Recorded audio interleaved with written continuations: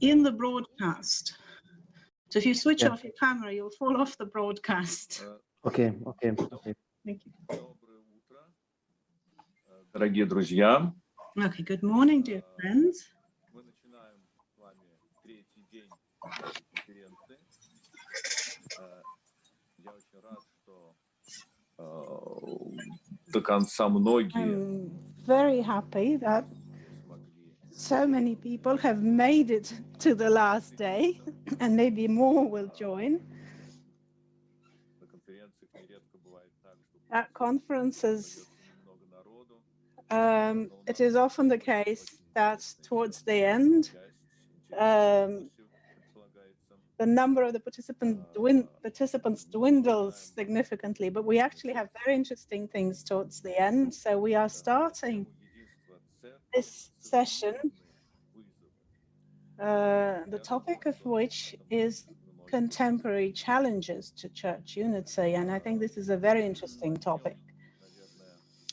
So let us begin with prayer.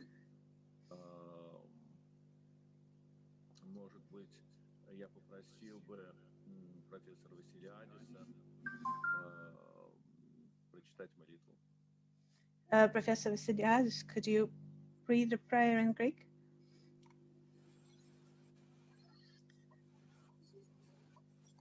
Okay, good morning to everybody. I have prepared a long paper, which I hope it will be distributed. Professor, My subject. Professor, sorry, it's prayer time. You're asked to pray sorry, in sorry. Greek. Could you pray? Could you read a prayer in Greek, Professor?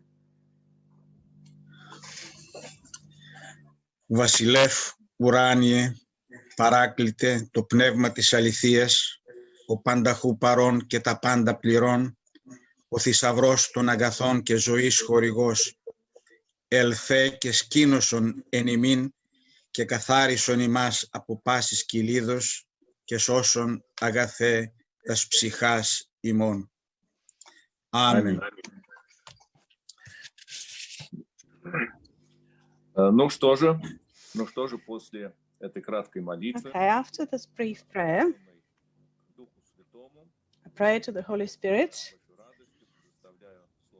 I'm very happy to give the floor to our first speaker, Professor Petros Vassiliadis, Doctor of Theology, representing the Ecumenical Orthodox program and the Aristotle University in Thessaloniki and the EMEC. His topic is very interesting: Orthodox Ecclesiology in a period of external and internal crisis, COVID-19 and Ukrainian Autocephaly. You're welcome, Professor. Thank you very much, Father George, both for the invitation and for the excellent decision to deal with this problem of our Orthodox Ecclesiology. Contemporary Orthodoxy is by any consideration determined by its conciliar and communion ecclesiology. Unfortunately, these important parameters of the Orthodox identity failed to be unanimously reaffirmed by the nearly a century prepared Pan-Orthodox Council. Of course, the Holy and Great Council that met in June 2016 in Crete unanimously accepted two important documents. One on mission, clearly stating that the Church, and I quote, exists for the world and not for herself, end of quote, and one on ecclesiology, a document that manifested the inherent deficits of our contemporary theology and praxis, shown both by the decision by 4 Orthodox churches to abstain from the Council and mainly by their reservation during the entire preparation process, because a large segment of their constituency was opposing any ecumenical activity, in fact, disregarding any notion of church unity. All these developments have shown that something serious is inherent in our Orthodox praxis, of course not in our theology, clearly undermining the Catholicity of our church and questioning her ages-old quest for Christian unity, which is expressed in our Lord's command that we may all be one, according to St. John's Gospel, and of course in our constant prayer during all our liturgical services, and I quote, for the union of all. To these problems, one should certainly add the Ukrainian crisis. Two interrelated issues manifest in this crisis that seriously affect church unity. Autocephaly, in the one hand, and the model of church unity on the other, with reference, of course, to the understanding of primacy. Therefore, the problem behind both the Council of Crete and the Ukrainian autocephaly is much more serious than the external facts show. For this internal crisis, another one was added, or rather to this, another one was added the last 12 months, deteriorating the ecclesiological status of our church, an external one caused by the COVID-19 pandemic. I will very briefly start with this, which in fact has been published, and it is something I would like to show to you for a while. In fact, this actually was the way some Orthodox institutions, my institution, the Center of Ecumenical Studies and St. Philaret Theological Institute, responded by organizing a week-long web seminary to deal with that crisis that seriously affected also our ecclesiology.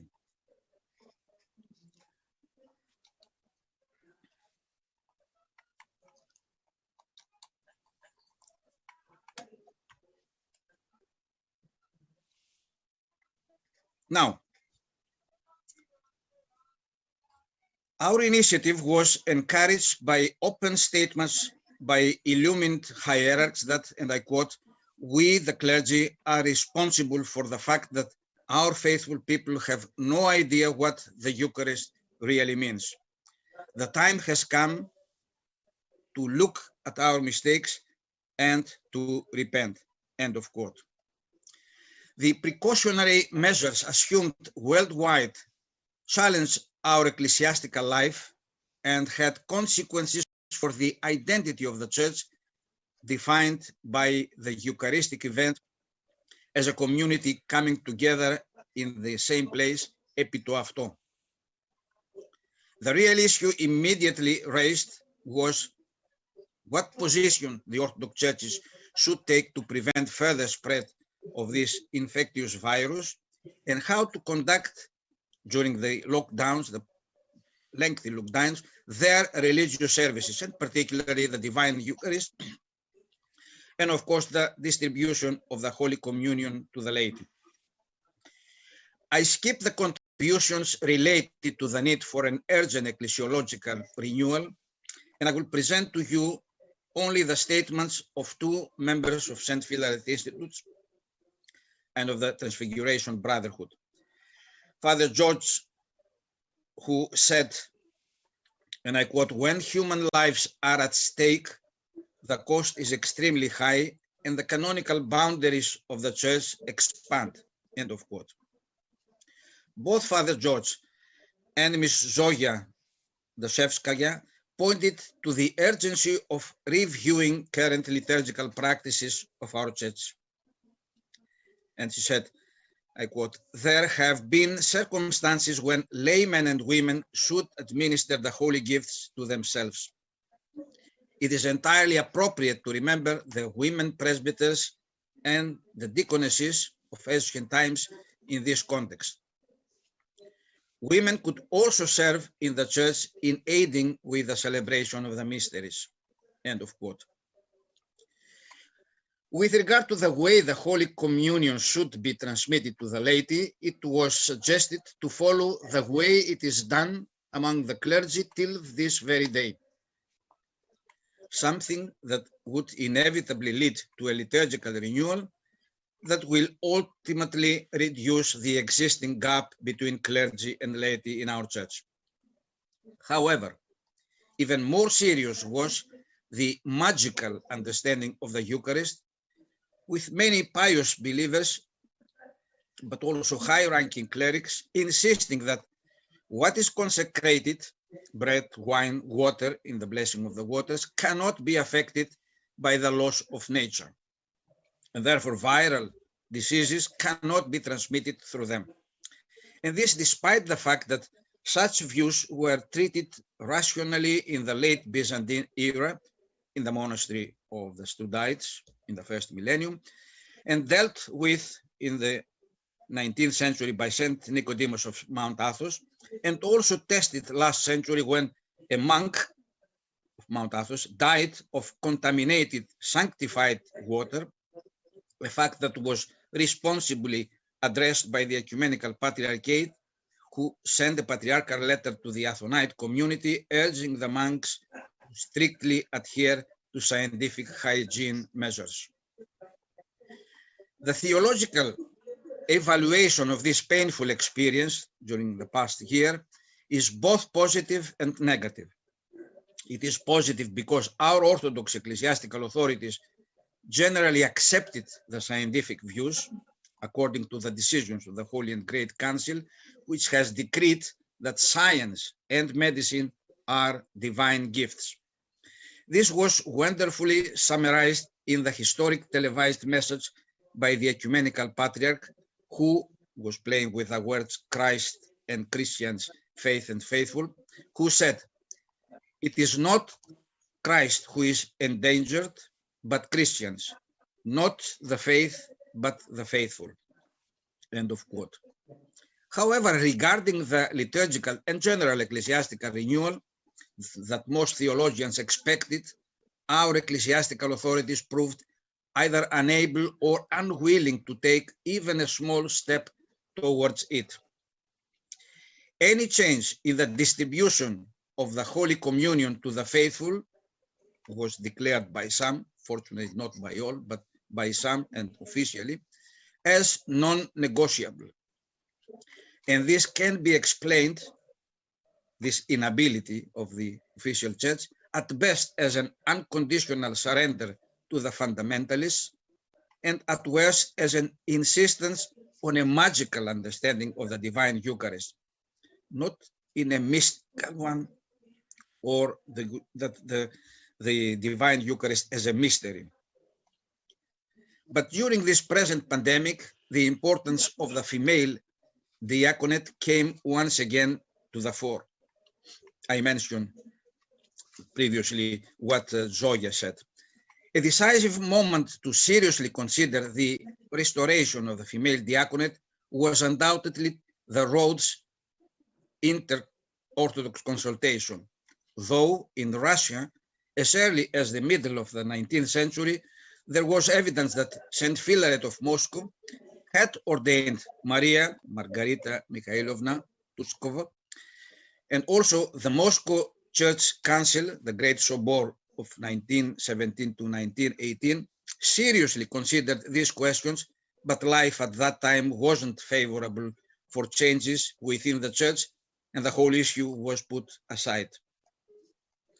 I skip the next paragraphs of my original paper, and I refer only to the main conclusion of an ad hoc on Deaconesses symposium. And I quote, "There is no biblical or theological, canonical or liturgical, patristic or pastoral reason for the contemporary church to delay or obstruct the full restoration of the historical institution of deaconesses." End of quote. I will come now to the internal ecclesiastical crisis, the Ukrainian crisis. This was not due to, but determined by the Ukrainian autocephaly. Studying carefully the arguments of both sides, one can immediately realize that the main reason of the crisis is of a profound ecclesiological nature, not an administrative one, in other words, connected both to the model of the overall Christian unity and to the established in the Christian East model of autocephaly. The results of an ad hoc scientific committee consisting of the academic staff of the inter-Orthodox and interjurisdictional master program in Orthodox Ecumenical Theology, who were assigned the task to examine the official positions of all the players of the dispute from a perspective as neutral as possible, came to the conclusion that the Moscow Patriarchate, by both avoiding producing the numerous documentary evidence, as they said, on their jurisdictional claims on Ukraine, and by insisting on other issues, mostly geopoliticals, brought into the surface the real cause of our Orthodox ecclesiological crisis. To put it in simpler terms, the profound reason behind the Ukrainian crisis is no other than the Orthodox primacy. I leave aside the geopolitical factors employed in the dispute as irrelevant to our ecclesiological issue discussed in this conference. Let us now consider the development of the ecclesiastical structure in Eastern Christianity during the second millennium, particularly after the Great Schism. Until then, Pendarchy was in charge in all administrative matters, with the Bishop of Rome first in rank, and equally the Bishop of New Rome holding the same rank, coming second after Rome, according to the Canon 28 of the Fourth Ecumenical Council, and then Alexandria, Antioch, Jerusalem. In the second millennium, beginning with the gradual independence, still not autocephaly in the modern sense, the independence of the Church of the Rus as the only independent Orthodox Church, not under the Ottoman rule, which was later given also the patriarchal dignity, the ecclesiological traditional primatial authority in the East started being disintegrated. Until what happened, unlike what happened in the West, the situation in the Orthodox world was further deteriorated after the councils in Lyon and later in Ferrara and Florence, with the unfairly attempted unity, especially in the areas of the present-day Ukraine, via uniatism. In the last 2 centuries, following the French Revolution and the ideals of the Enlightenment, there was a wave of unilaterally self-proclaimed independent national Orthodox churches, creating, as it was appeared, canonical irregularities and resulting in schismatic situations, beginning with my own Greek autocephalous church, fortunately only for 15 years. All these developments consolidated a new myth that orthodoxy is equal to autocephaly. There was, of course, a precedent with Cyprus after the Third Ecumenical Council, but this was not on national, ethnic, or linguistic grounds. It was for this reason that an all-Orthodox council was convened late in the 19th century, in 1878, to condemn ethnophiletism, an ecclesiastical term corresponding to what I call nationalistic ecclesiology. In all the ensuing ecclesiological irregularities and schismatic situations, the Ecumenical Patriarchate intervened and healed the existing schism, bringing back millions of Orthodox to the canonical Orthodox Church by granting autocephaly to their churches. This is what happened to all newer patriarchates, Serbian, Romanian, Bulgarian, and even Georgian, and autocephalous churches the Greek, Polish, Albanian, Czech, and Slovak. It was therefore quite natural this to be also applied to Ukraine, especially on the ground that Constantinople insists that she has never granted the jurisdiction of the Metropolia of Kiev to the Moscow Patriarchate. We will listen to our next speaker, my colleague Sergey Bortnik, about how this can be healed in Ukraine. The rest of the story is well known to all of us. One can, of course, argue that the above canonical tradition of ours, of the first millennium, set in an old time, cannot solve current, more complex situations with political and geopolitical consequences. However, those who follow this logic may not go as far as abandoning completely the ages-old canonical tradition established by the ecumenical councils, but in the back of their mind lies a model of church unity without primacy. A model, however, that is unanimously followed at both a local and a regional level, at a parish or at a autocephalous church. And what is more dangerous, without any conciliar application to the entire people of God, the actual and in fact the sole biblically and liturgically recognized priesthood in our church, the priesthood of all believers, the Vassilian hieratema, and in addition in the book of the Hebrews to the high priesthood of Christ, the Megas Archierevs. Of course, our canonical tradition should be faithfully but also dynamically interpreted. Otherwise, there is a danger to fall into a Protestant-style confederation of independent Orthodox churches, a situation almost inevitable with the alternative without a primacy proposal. If that happens, we can no longer speak of the one holy Catholic and Apostolic Church. Autocephaly, of course, as such, is not a negative ecclesiological, in fact, administrative development, both in terms of adaptation to new situations and also for pastoral reasons, with the church caring for a certain locality where the people are entrusted by God to their ordained ministers. And we should look at the name of the bishop, episcopos, as an overseer. But even the love of one's nation inevitably results in some sort of opposition, if not animosity, towards other nations. And this can hardly be compatible with the Catholicity and the ecumenical character of our church, the Church of Christ. Not to mention, of course, that in societies with illiberal and autocratic regimes, the church becomes more vulnerable. The example of the Catholic Church in Poland compared to the Orthodox churches under the Soviet rule is just one indication. One also needs to explain why nationalistic tendencies have not occurred in the churches of the West, whereas in all or almost all Orthodox churches, such tendencies are actually the norm.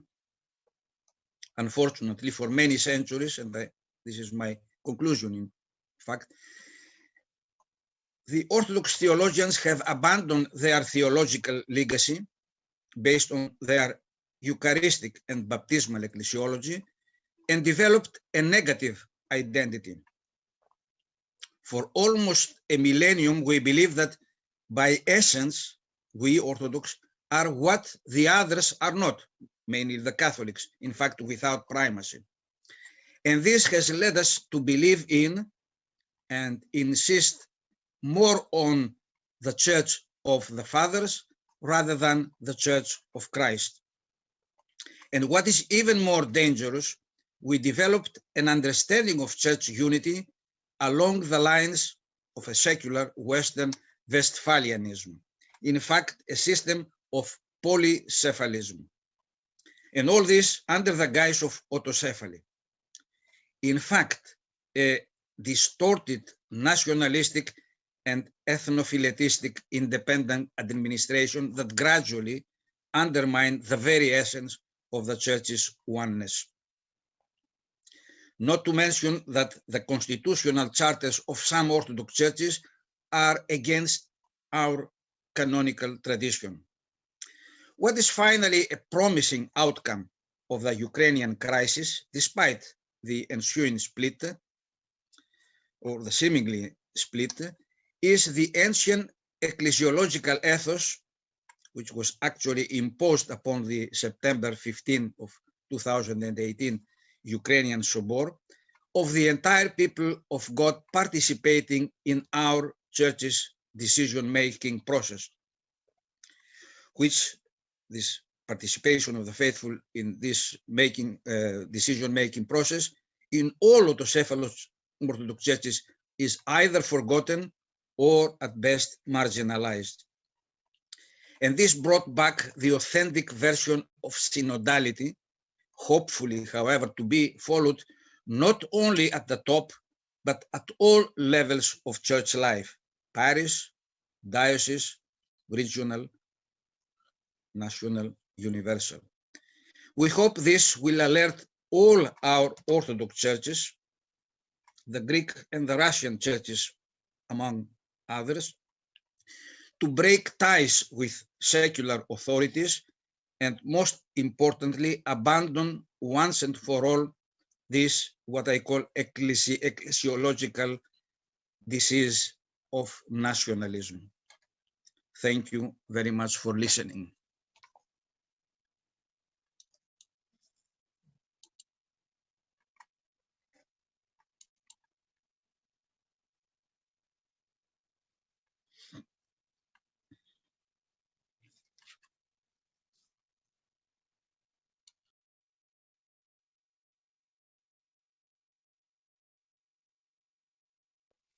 Благодарю вас, профессор Vassiliadis. Thank you, Professor Vassiliadis. We're a little bit over time, but we started a little later, so I didn't want to stop you. And you said very important things. We really needed to hear that, to evaluate properly and maybe discuss. Are there any questions? Please, anybody wants to ask?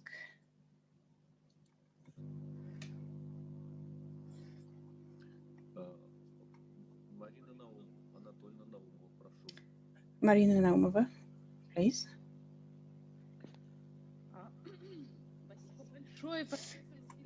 Professor Vassiliadis, thank you very much for your presentation. The question I have is this. It really disturbed me when you said that today Orthodox churches are largely focused on the patristic theology, and at the same time their policy is ethnic and nationalist. And it does resemble a different ecclesiology. That this is not an apostolic church, indeed. This is a patristic sort of church with a national tinge to it. How would you say the healing process here? Don't you think that the church has lost that foundation of the apostolic tradition, and hence, having lost that foundation, it made all of these distortions possible, and that you need to go back to that original tradition to receive healing? I don't know if you understand what I'm saying. Is it clear? Yeah. The question you have posed is actually at the heart of the matter. We cannot accuse our tradition, our theological tradition, even after the close ties with the Byzantine, with the Roman Empire after our Constantine the Great, very close connection between church and state. Our fathers, the theologians, have always insisted on the unity of the church, in the Catholicity of the church, in our church going beyond the boundaries of any ethnic or national. There was not national at that time. The Byzantine Empire, as we know it, it was a polyethnic. And the problem, in fact, started, in my view, from the wake of independent states after the French Revolution, when every church should have its own administration, its own language, and in fact, the idea of autocephaly, which was originally quite different from the autocephaly we understand it nowadays, this led to minimizing the importance of the oneness and the Catholic nature of the Church of Christ. And on that situation, another argument, this is what I argued, another argument was developed because of the so-called defensive attitude for nearly one millennium, the second millennium of the Church, against either the Catholic Church or later against the Protestant missionaries who endangered the existence of the Orthodox under occupation those days.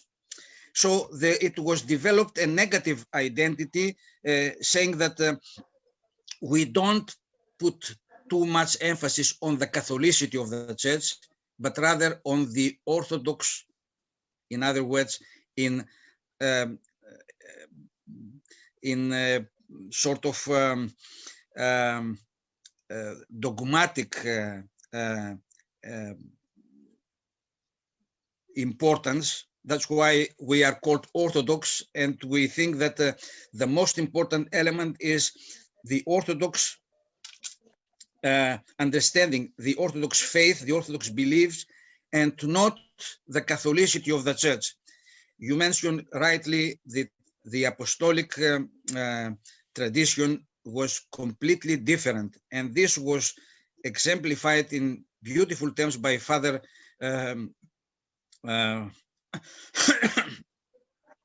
Vassiliadis Michok in the first biblical foundation of the unity of the Church. And this is what we need to review again and try to find ways how the oneness of the Church and also the oneness of the Church of Christ, even beyond our boundaries, because we cannot be blind and not look at what our brothers and sisters beyond our canonical boundaries do. So this is something which we have to deal with this, and that's why I feel very, very proud and enthusiastic about the decision to look at this problem in this conference.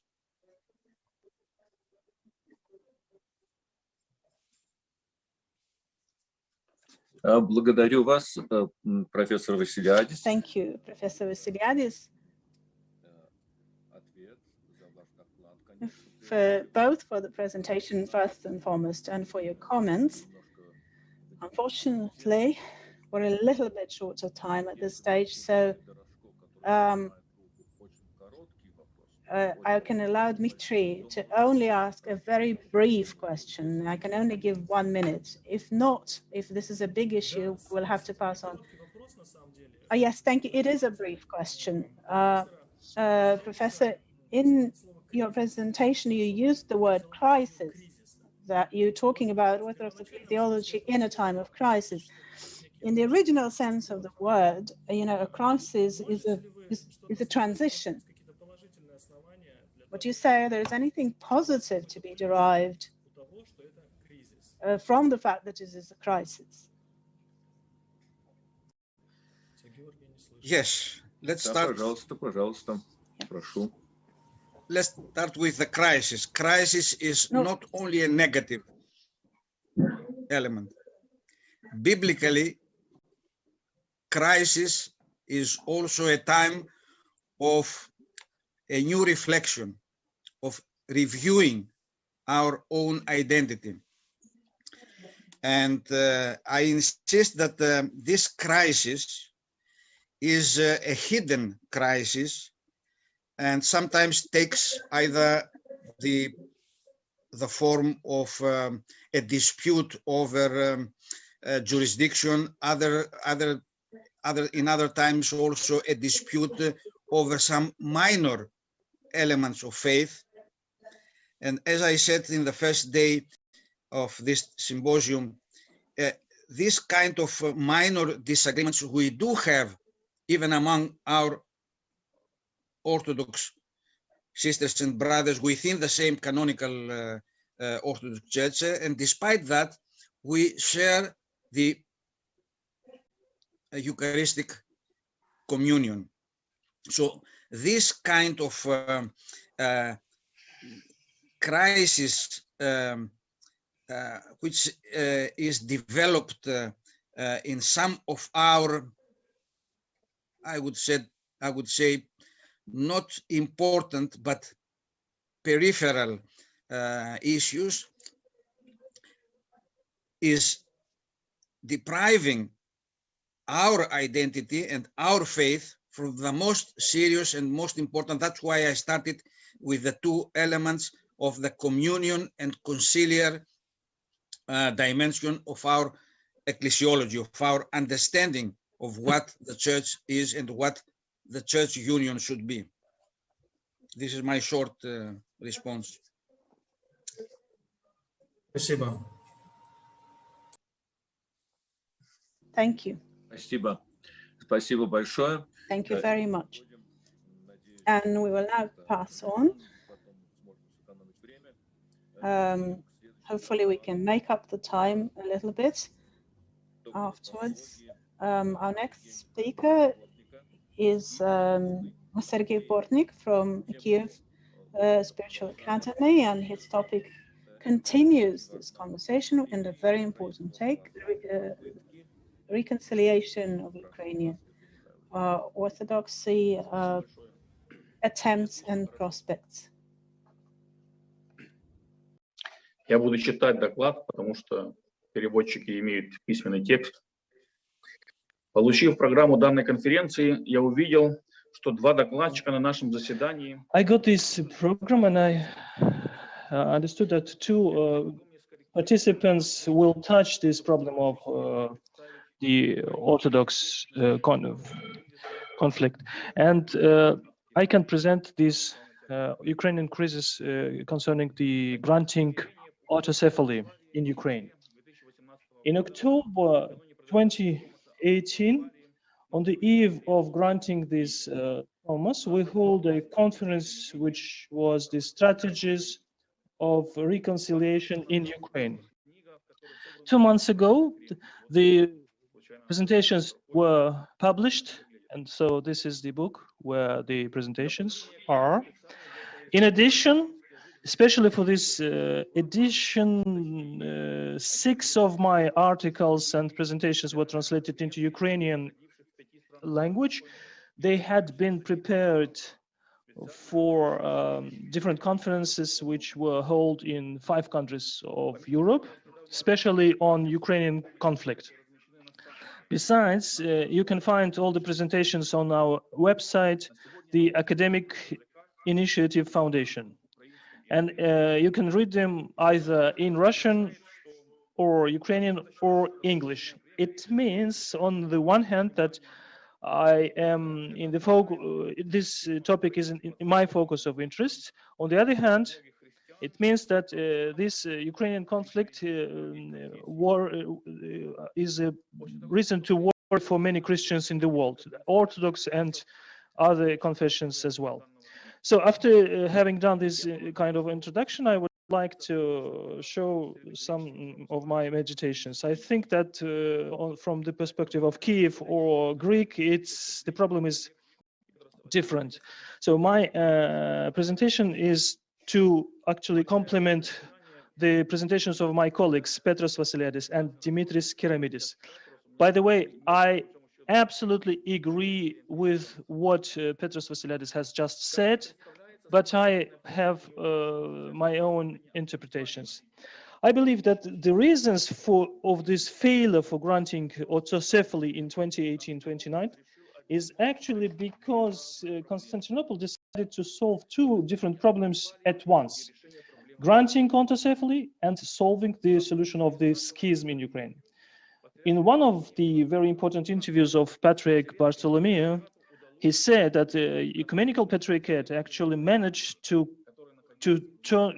bring the canonicity back to the multi-million nation which was out of the church. But actually it's a pompous statement, and one can doubt it. Because if you count the number of parishes and priests in Ukrainian Orthodox Church, in Moscow Patriarchate, it's actually twice as big as this newly organized structure of Orthodoxy in Ukraine.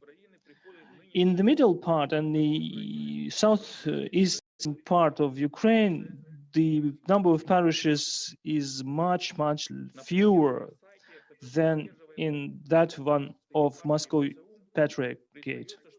For example, on the website, they say that in the Dnipropetrovsk region and some other regions, there are any parishes at all of that newly founded jurisdictions. On the other side, on the other website, in Eastern European, only 6 parishes converted into this newly founded jurisdiction, which is just 6 parishes out of 643, which means that less than 1%.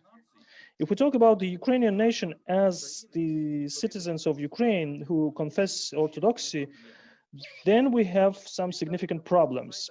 And the table on the website where they register these conversions, it shows that this is split between pro-Russian and anti-Russian Ukrainian living people. In Lvov region, 25% of the parishes. In Volyn region, it's over 18%. It means that 125 out of 669. In 6 regions of the Ukraine, only less than 1% of the parishes converted. In other 6 regions, this number varies from 1% to 2%. It means just up to 2%. So the same table also depicts that today parishes in Ukrainian Orthodox Church actually better presented in most of the regions of Ukraine, except for Galicia. And the leaders here is the Hellenic region, where there are over 900 parishes, and the neighbor village of in Vinnytsia, where there are more than 800. And there are some other regions where there's over 600 or 500 and so on. And in many other regions, Moscow Patriarchate of Ukrainian Church is dominating in the middle region, in south and in east. So autocephaly from this ecumenical patriarchate, actually, they wanted to get into communion some uncanonical groups like Kiev Patriarchate. More than 100 old bishops, only 2 of them just converted to this newly founded situation. So many sociologists say that this is just a sort of rebranding of Kiev Patriarchate. So what was the desire of Patriarch Bartholomew, who wanted to restore canonicity? This one of the authoritative statistical center is named after Razumkov. They are dealing with this issue for 20 years, and I can just show you of their publication in 2019. They say that there is a certain growth of the Kiev Patriarchate followers from 15% up to 28% in 2019. And here they show that the Moscow Patriarchate followers, their growth is rather following from 23% to 10% in 2019. You can say that the Kiev Patriarchate is rather popular and it can be legalized. But on the other hand, it does not really reflect the tendencies in Ukraine church, because many people consider themselves just a Ukrainian church. It means that people who express their sympathies, they just do not guess that they actually go to Ukrainian Church of Moscow Patriarchate. And it's even more interesting in these diagrams that there's quite a big group and stable group, which is third group, which they call themselves mere Christians, mere Orthodox. In the period of 2010 up to 2019, it varied from 21% to 30% within these 3 years, from 2016 to 2019. And it is astonishing that so-called mere Orthodox are rather it's even a majority if you compare with the other 3 jurisdictions, Moscow Patriarchate, Kiev Patriarchate, and so-called Ukrainian Church of the Constantinople Patriarchate. Actually, in the south of Ukraine, mere Orthodoxes are only 41%, the others are 27%. In East, this number varies from 40% to 25%, which means that because of the informational company in fighting for Thomas of Autocephaly, a lot of Ukrainians do not want to call themselves either of 2 jurisdictions. That's why they call themselves just mere Orthodox. Many people are motivated for some other reason, and they also think of themselves, consider themselves as a cultural. It's a part of a culture. And the very same statistical center by Razumkov published new data. A lot of people call themselves Orthodox, and they are 65%. However, those high numbers actually being compensated by liberal attitude of many of the people being asked who they are. So just 2/3 of them, which is 63%, believe that a man can just believe in God but do not confess any kind of religion. So the conclusion of these statistics is actually that granting autocephaly to whole Ukrainian nation is rather doubtful. So I remember Sergey Averintsev, who said that the era of Christian nation remained in 19th century, but the 20th century was rather a conscious and individual choice of religious identity. After giving you these numbers, I would like to point you to the figure of Philaret Denisenko.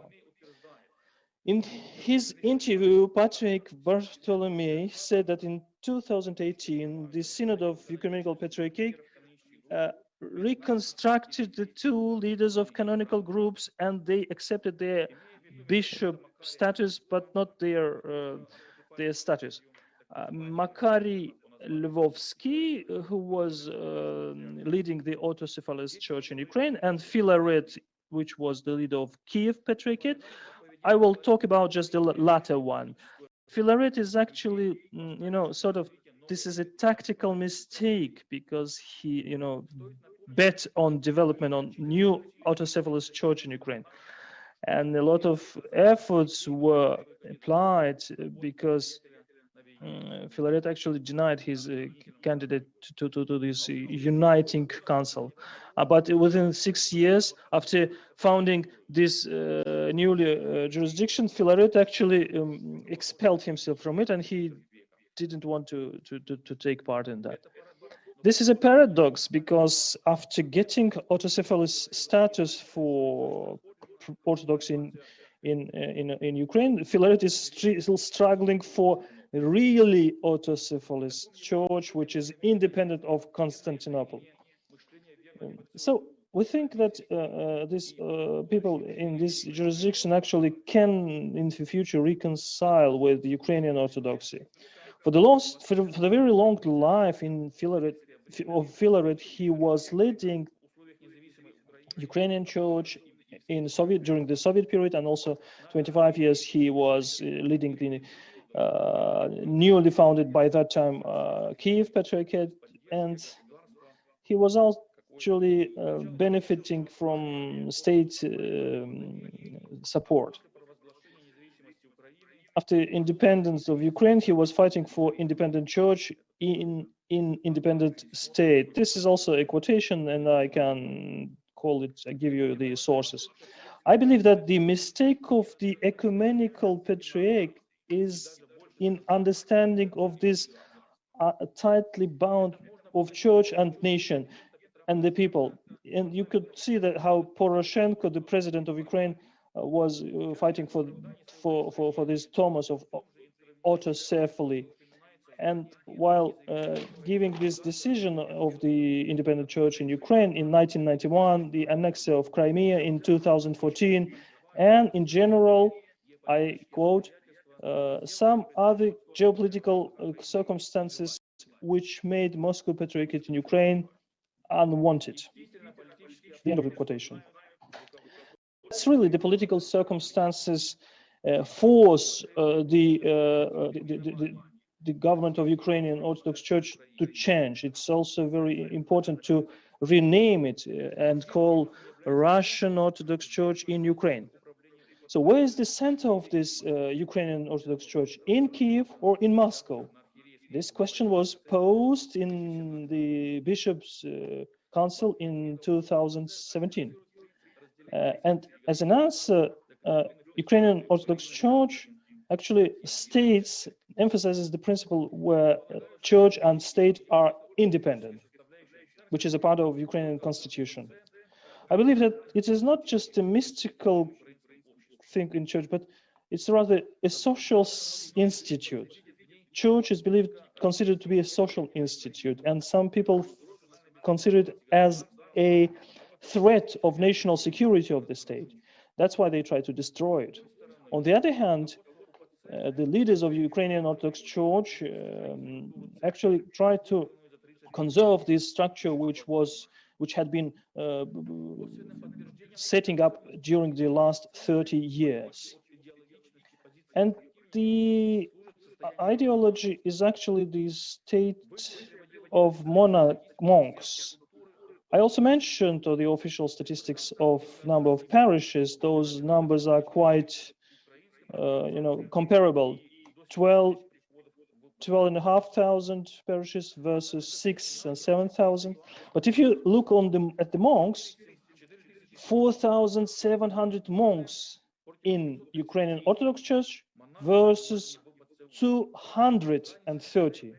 It means that it's 20 times less. The very similar statistic on visiting the liturgy. A lot of people regularly visit the liturgy, and the number of them is just 7 times greater than the very same people from the newly founded structure. So the situation in Ukraine is very different from what the Ecumenical Patriarch sees, actually. Ukrainian Orthodox Church actually managed to become rather a point of attachment of Christian mission. And I believe that the understanding of this conscious churchgoers in Ukraine reflects the actual status of those people, and it's not a threat to state security.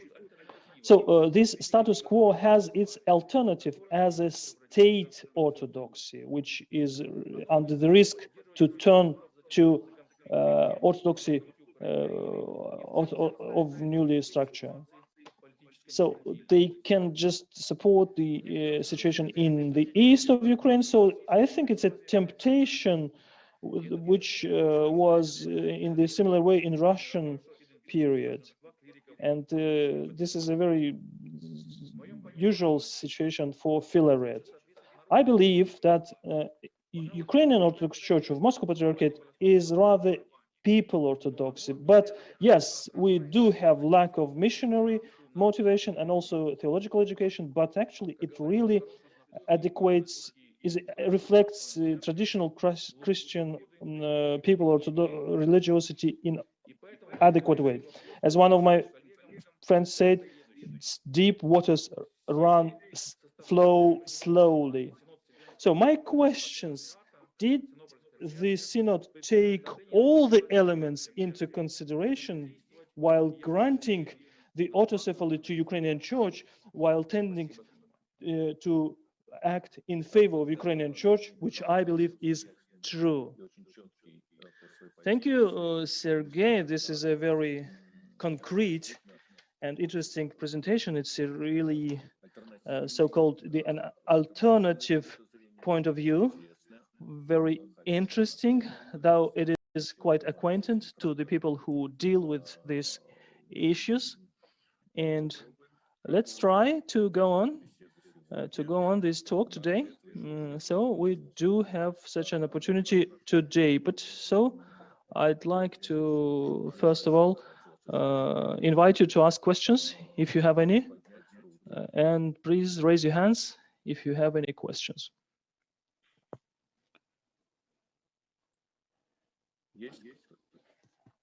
Are there any questions, please? It looks like nobody wants to. Petros Vassiliadis wants to ask, right? But he... Sorry, I didn't find the. Да, пожалуйста. Just a question to the presentation by my colleague Sergey. Can you, Sergey, envisage any healing of the existing division or any model of reuniting the Orthodox in Ukraine? I fully agree with you that the situation is as you expressed it, but my concern is how we can get out of this. And I'm saying this because my foundation is starting a project to see how we can get out of this deadlock, out of this continuing confrontation between the so-called Moscow Patriarchate and the so-called autocephalists. Да, я думаю, ответ может быть. Yes, I think the answer can be quite constructive. I believe as a model, the model of reconciliation of Moscow Patriarchate and the Russian Orthodox Church abroad. I believe that I can remind that in 2007 they signed an act, and it was the Eucharistic unions, and since then they denied these old also anathema and sort of disgusting things, but they didn't try to unite the structures in one structure. But in Ukrainian situation it's vice versa, because Russian authorities, the president Poroshenko was trying to make it just one structure which would call the United Orthodox Church.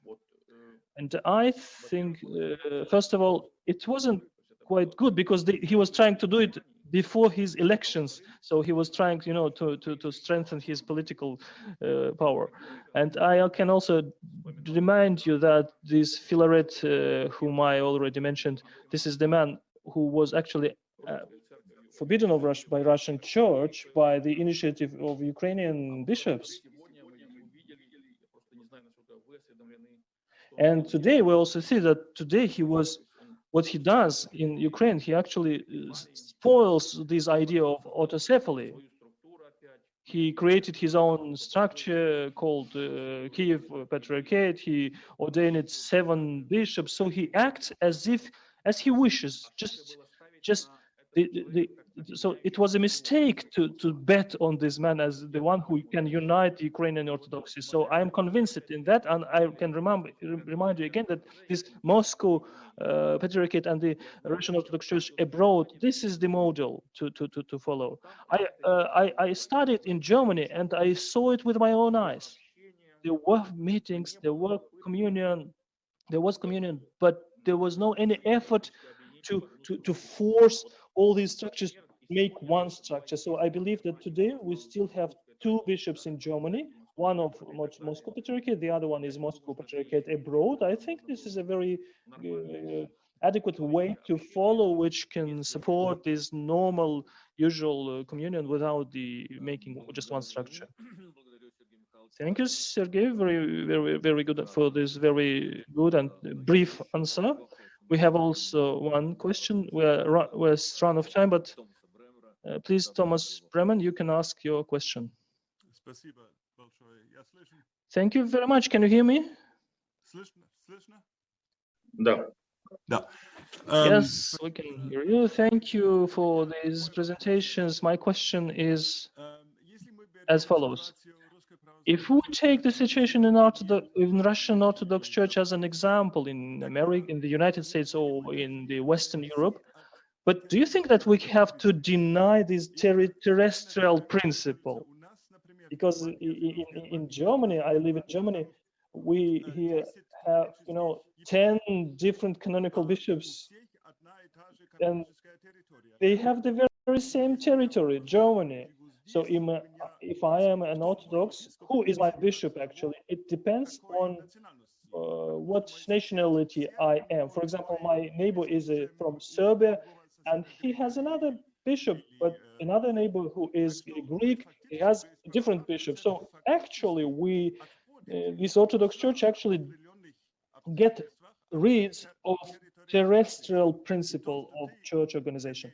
And what you have just offered, Sergey, this is the very same principle, which means that there will not be any idea of terrestrial principle or territory or just one bishop. If we do that the same way, I think it's a very good idea, but the question was, who was the canonical bishop of Odessa or another city in Ukraine? So what do you think? Yes, on the one hand, I agree with Thomas. No, not with Thomas. No, sorry, with Thomas, my colleague Thomas. So I think it's a temporary solution. It was in 2007. They were considering to do that for 5 years before these structures get together, but it's now going on further. But I believe that situation in Germany, for example, I know this situation in Germany. I think there is very constructive communion between these two structures. It was due to these 15 years, and it looks like something reasonable to organize one common structure where one bishop would be actually legal, or instead of 2 or sometimes 3 bishops, if we understand different Russian parishes, which used to be so-called eulogians. Well, this is a temporary solution which helps to overcome psychological barriers. That's the way. But in our Ukrainian situation, first there was a hierarchical binding, and before reaching this, attitude, and everyone was just opposing and confronting itself. And in our society, it's very, we have a tension. So I believe that I don't like Moscow imperialism. I can speak Ukrainian. I speak Ukrainian. This is my native language. But the very fact that you belong to Moscow Patriarchate, for me, it makes me an enemy for many of my friends. So it's just the arguments are quite reasonable, which I'm talking about. Thank you, Sergey. This is a very interesting debate, but we have to go on, and I kindly ask now Aristide Marchi to take the floor. He presents the Secretary of Ecumenical Acts and Jew-Orthodox Dialogue, and he is a member of Charles de Foucauld Brotherhood, which we are very well aware of and respected. So please, Aristide, the floor is yours. Your presentation is brotherhood as a way to the unity of Church, the encyclical of the Pope Francis, all brothers, tutti fratelli. Please.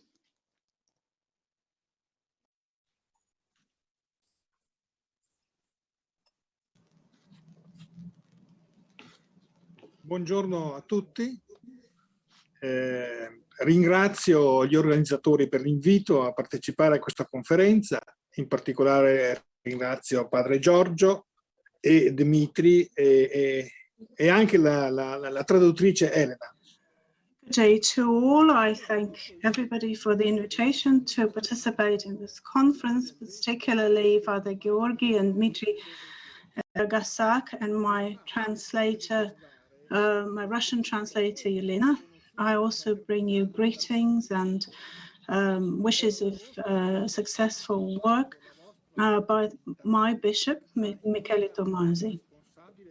I'd like to remember a particular moment when I got to know the Transfiguration Brotherhood in August 2013, when your brotherhood invited some of the leadership of the Fraternity of Charles de Foucauld from Europe and Ibejanon and some others to deepen their understanding of our calling.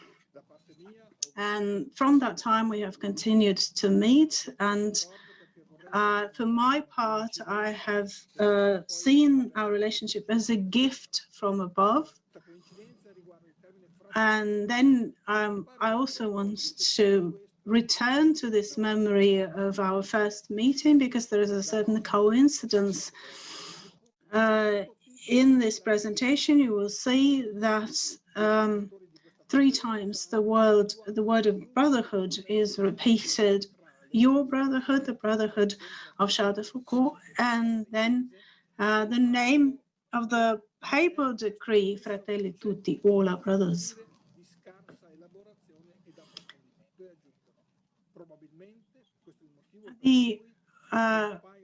The organizers of this conference have pointed out the core problem in this ancient problem and always relevant problem of unity in the Church.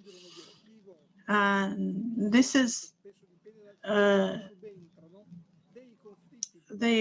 conflicts between unity on the mystical and the spiritual level and the practical level.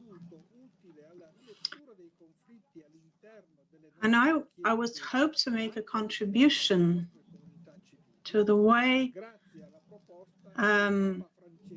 of resolving conflicts, not just internal conflicts in our church, but also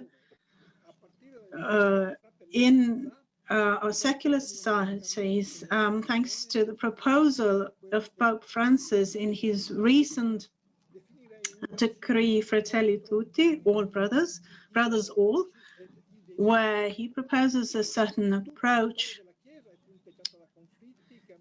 and something that I would call a vaccine in a time of pandemic against divisions, ideological, and divisions of identity. The whole history of the Church is full of conflicts, which have brought painful divisions.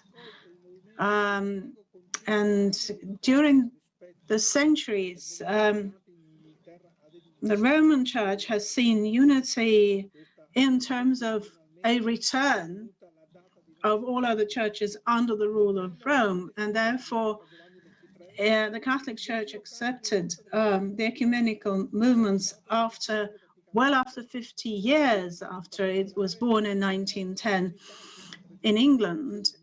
And this is thanks to the great figure of Pope John 23rd, who changed the whole direction of the way the Catholic Church approached this issue.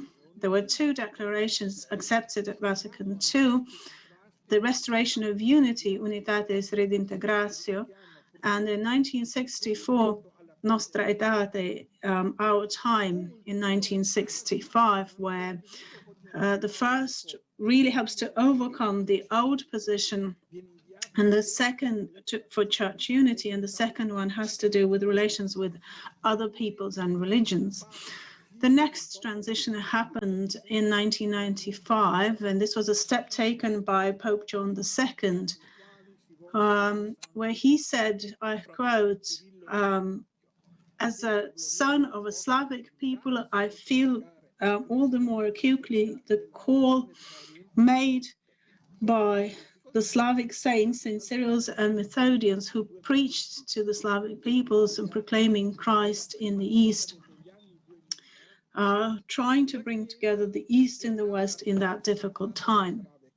In the first decades of the year 2000 in Italy, the church was plagued by great crises, and looking at the time that has passed after Vatican II, there were two promises that were never fulfilled, never realized. That situation is well described in the last a message by Cardinal Carlo Maria Martini in August of 2012. He's a Jesuit and a Bishop of Milan. He says, the church is tired in Europe and in America from its wealth, our culture, our religious buildings are empty, and the whole apparatus of the church is barely holding on. Our vestments, our rites are very pompous. Now, what do these things reflect? Who are we today? This wealth has become a burden to us. We are like that rich young man who departed in sorrow from Christ when he called him to become his disciple. Are there heroes among us who can inspire us, who will help us to be inspired again, just like the Bishop Romero, just like the martyrs, Jesuit martyrs in San Salvador? What can we do for our church? God is love, and it is only love that can defeat that tiredness. In February of the following year, Pope Benedict,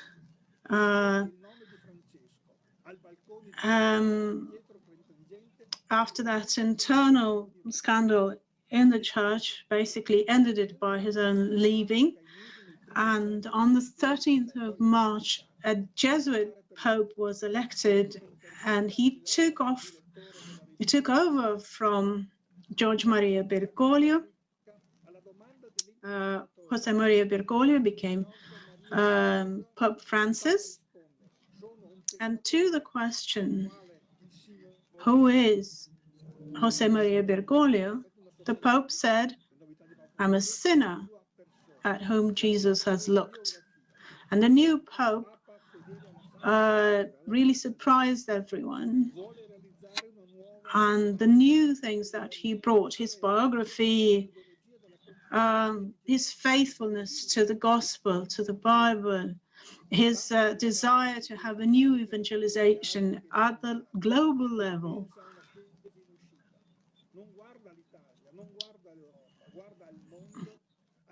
He's really a follower of Christ, really a disciple of Christ, and that has been quite a revelation. He talks about the church as being sick. He thinks about her, and he's looking for ways out. He's not looking at Italy, he's not looking at Europe, he's looking at the world at large. And he started this ecumenical dialogue in the church that was never there. And he, in 2016, he met with Patriarch Cyril and stressed at the time that it is important to overcome the historic differences, to join efforts to witness about the gospel and about Christ, and to look at our common heritage of the church of the first millennium. In a few months, his message came out, which was called The Joy of the Gospel.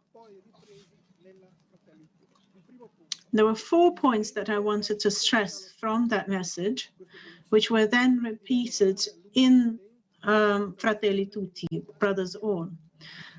Point 1, time is greater than space. This principle allows us to take long-term projects without worrying about immediate results, because reality demands from a certain dynamics, yet the changes are happening slowly. So the preference is given to time rather than space. Number 2, unity is superior to conflict. Conflict is not something you can ignore. You have to accept the fact of the conflict. But if we only focus on the conflict, we will lose the prospects and the horizons that are limiting us. When we focus on the conflict, we lose the sense of deep unity. Point 3, reality is superior to ideas. There exists a certain tension, a bipolar tension between idea and reality. Reality is simply there, ideas are developed. And between the two, there has to be a constant dialogue, avoiding for the idea to be separated from reality. We can't really live in the kingdom of words. It is important then to formulate this third principle. Reality is superior to ideas. This means that we avoid all forms of shadowing reality, this implies these various forms of overshadowing reality. There's a certain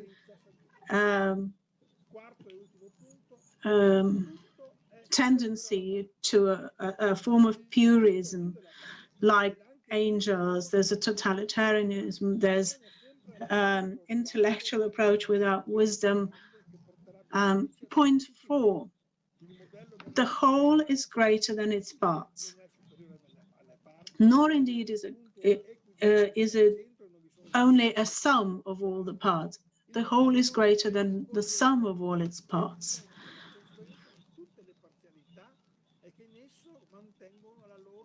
The model is not a sphere where all the points are equally removed from the center. It's rather a more complex figure where each part retains its originality. The 3rd of October 2020, Pope Francis then came up with this Brothers All decree, which he signed. There are 287 paragraphs in it. Chapter 8 talks about religious in the service of the brotherhood of the whole world. The brotherhood's not just an idea or an emotional idea, it's a fact, which also includes both action and freedom. Who is my brother? This is a text that is addressed not just to Christians, to believers of other churches. This is to all people. This is an invitation to have a universal brotherhood. We hear God's word, we listen to God's word to find a way out from the situations of today. and to heal the wounds of economic, social, political, and religious crises. So the Pope invites us to look at the model of the Good Samaritan.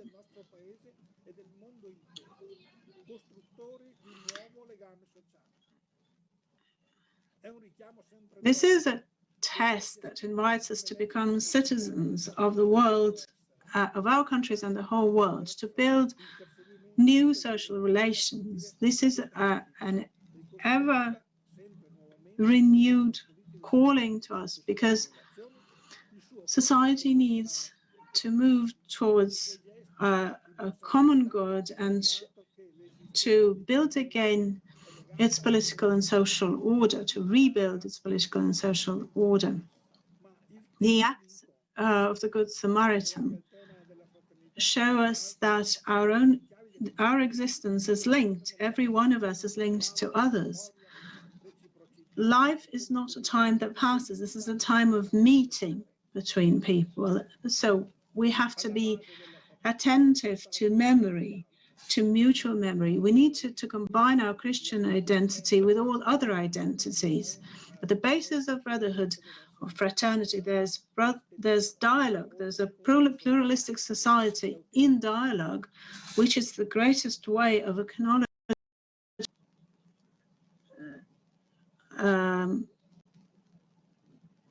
that which needs to be always reaffirmed.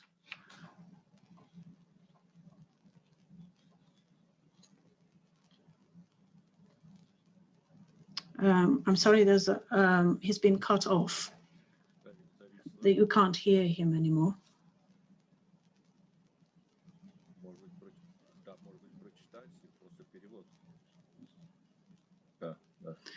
Well, we'll just hear the interpretation for now because we can't hear Aristide.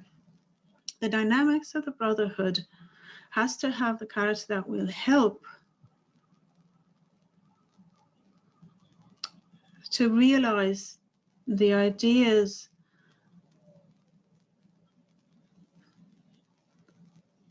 that when there is a conflict.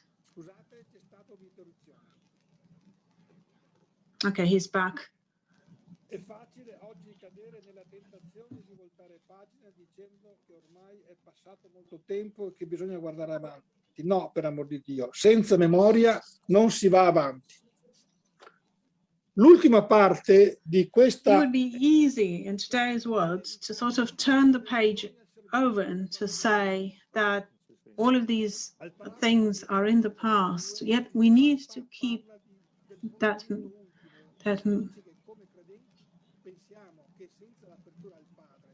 noi non possono essere ragioni solide e stabili per l'appello alla fraternità. Siamo convinti che soltanto con questa coscienza di figli che non sono orfani si può vivere pace tra di noi, perché la ragione da sola è in grado di cogliere l'uguaglianza tra gli uomini, di stabilire una convivenza civica tra loro, ma non riesce a the dynamics of the dialogue of meeting a person who thinks differently to what we do can be a very enriching encounter.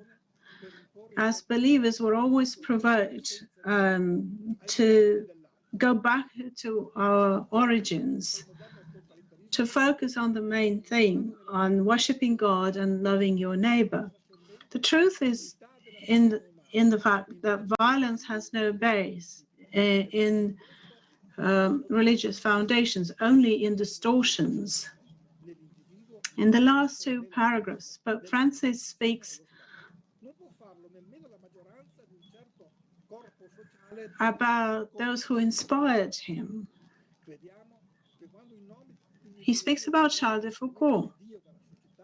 And I'd like to conclude with this memory of a person of deep faith who, departing from his own deep experience of encountering God, transformed to feel that he was a brother to all. I remember him saying to a friend, pray to God that I may become a brother to all, may truly become a brother to all people in this country. He was called the universal brother. But only when you think becoming a brother to all, you can only do that by thinking of yourself as being last to all. This is the ideal. Now, going back to contemporary Christian dialogue,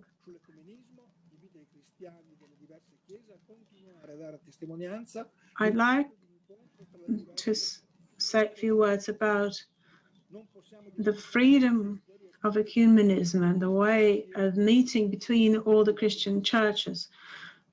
We can't afford to forget that we're all one.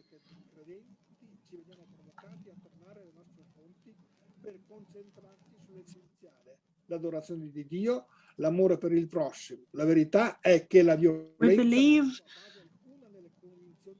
as Christians in the countries where we are not the majority, we believe that a certain degree of freedom should be guaranteed that would allow not just Christians, but all other people to have these fundamental rights,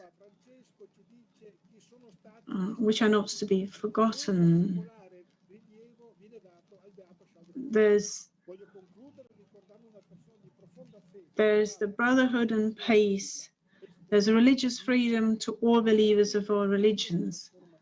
Ecumenism invites people from different churches to continue to witness about, through meetings between various Christian churches,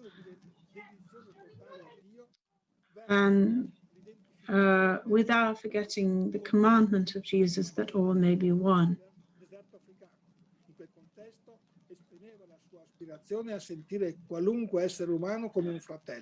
Charles de Foucauld, while he lived in the African desert, prayed that he may be the last among all and a brother to all.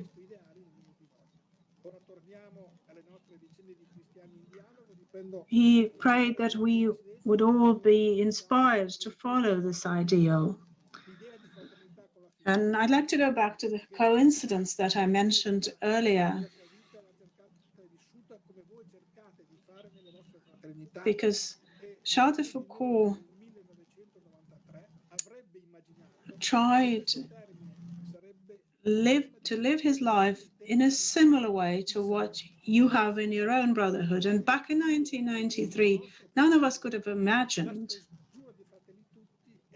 that there would ever be a papal decree like that with this theme, brothers all, and a conference like this happening here. So I'd like to also add that on the 3rd of March, in the Cultural Center, Pokrovsky Varota, there was a presentation of the first Russian edition of Brothers All, published by the Medina Publishing House. That particular publication was supervised by the International Muslim Forum. So it's a publication of a papal decree supervised by the Muslims.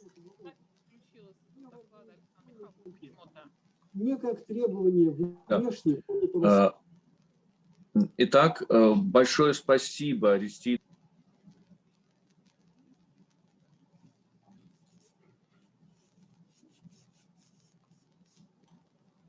Отец Георгий, микрофон.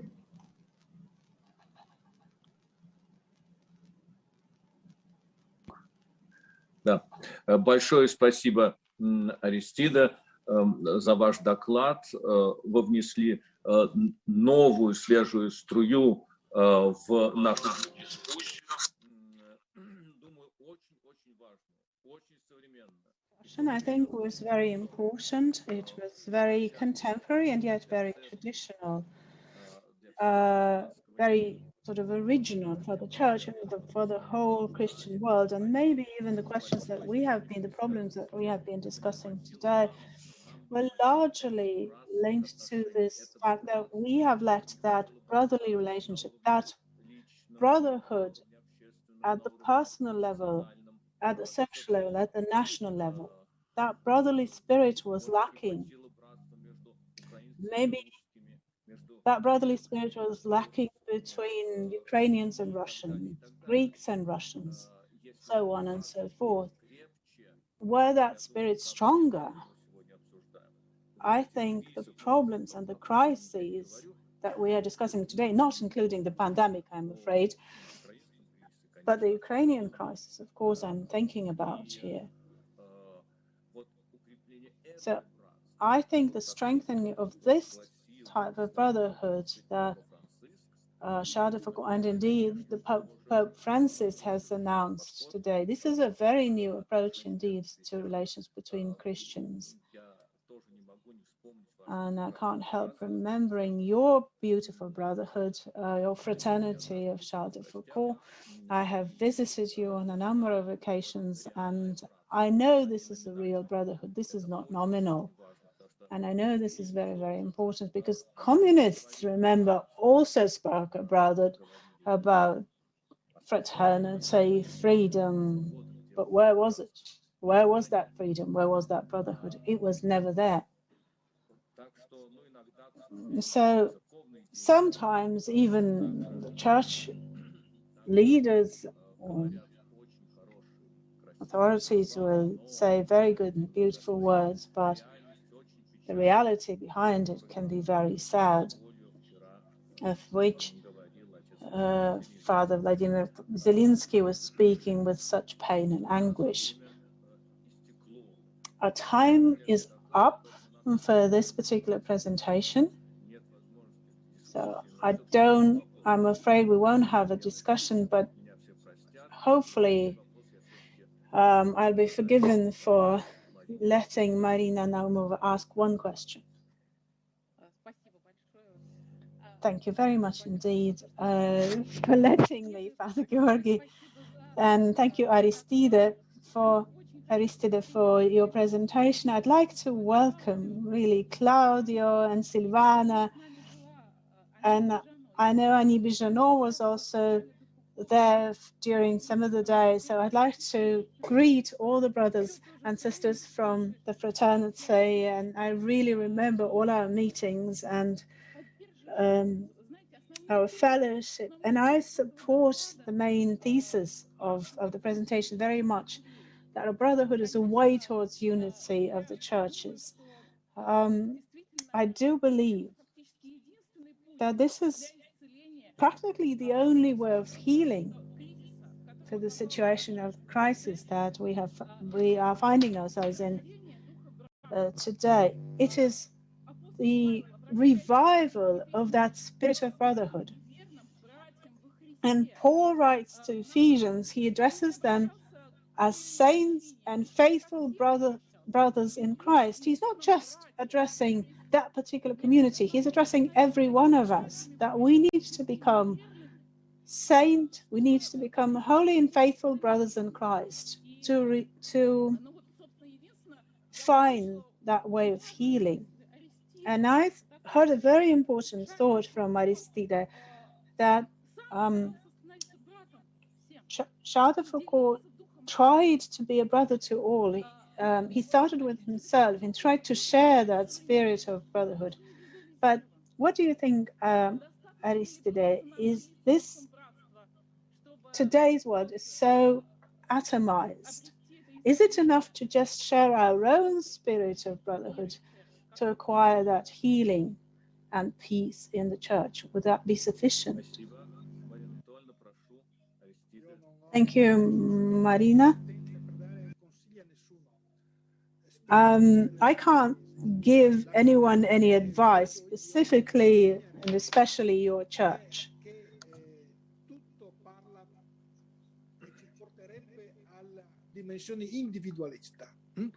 E invece con piccole scelte si possono creare piccoli gruppi. You know, we all talk about the individual dimension. Bisogna partire proprio dal piccolo, dalla quotidianità, dal vicino di casa, dal collega, dal parente, e poi pian piano questa cosa. You can think on the level of what happens, like at the level of your neighbors, at the level of your relatives, and this can spread. This is an infectious spirit that can spread. So I think at that level we can think and do it. Thank you for this very important discussion, and in conclusion of morning session, I pass the floor to Dimitrios Keramidas, a doctor of theology who today represents the Pontifical Gregorian Institute of St. Thomas Aquinas in Rome, and also at the Aristotle University in Thessaloniki, and the Greek Open University and SEMES in Thessaloniki. Also, his theme is very relevant, new landscapes for Orthodox Ecclesiology, Diaspora, Ukraine, Greece. Please, you're welcome. Hello, good morning. Thank you for the invitation and for giving the opportunity to participate in these very interesting conferences, which I've been following these days. I would like to thank also the interpreters for their excellent work. So, as promised to the organizers, I will be very telegraphic in my presentation, and I would like to share with you some reflections on, based on the global theme of this conference, that is Orthodox Ecclesiology, and indicate some cases or realities that, such as Greece, diaspora, and Ukraine, that could reveal all the problematics that have been indicated previously. So I feel myself to be involved in one way or another in all these three cases or realities. I come from Greece, I live in the diaspora, I live in Italy, and I was involved in the Ukrainian case from scholar point of view. Professor Vassiliadis mentioned already the project that our center put forward some couple of years ago. So we all are aware that the fundamental constitutional principle of Orthodox Ecclesiology is a unity based on a territorial basis on the person of bishop. That is, a local Christian community is guided by one ecclesial authority, not by many ecclesial authorities. So we have in a given territory, in a given city, in a given nation, one ecclesial authority that guides a Christian community. For the presence of many ecclesial authorities indicate a division, a split of one church. So one church, one authority, which in our Orthodox tradition is expressed by the bishop. It is the bishop that governs synodically the local community of a city or of a given territory, a nation. So this principle has been historically and canonically accepted by all the Orthodox, at least nominally. It is based on the famous Canon 8 of the First Ecumenical Council, and it has been reiterated formally by the Council of Crete of 2016, and even by the churches that did not participate in Crete. In Crete, we find the same principle quoted in pre-conciliar documents. So it is part of our constitution: one church, one authority, one bishop. Empirically, though, this principle seems to be violated in many cases, in different occasions, and these three realities that I indicate in my presentation are a proof of that. Starting from Greece, those who know the Greek situation are aware that in Greece we have actually 4 or 5 different ecclesiastical regimes. We have the Autocephalous Church of Greece, which was born in the middle 800s, after following the Greek Revolution, the Greek independence. We have the so-called churches of the new lands, that is the eparchies, the territories of northern Greece, which have been annexed to the Autocephalous Church of Greece during the Balkan Wars 1 century ago. We have the semi-autocephalous, semi-autonomous Church of Crete under the auspices of the Ecumenical Patriarchate. We have some eparchies in some islands of the Aegean Sea, which depend directly by the Ecumenical Patriarchate. And of course, we have the special regime of Mount Athos, which spiritually belongs to the Ecumenical Patriarchate, that has already always enjoyed proper independence.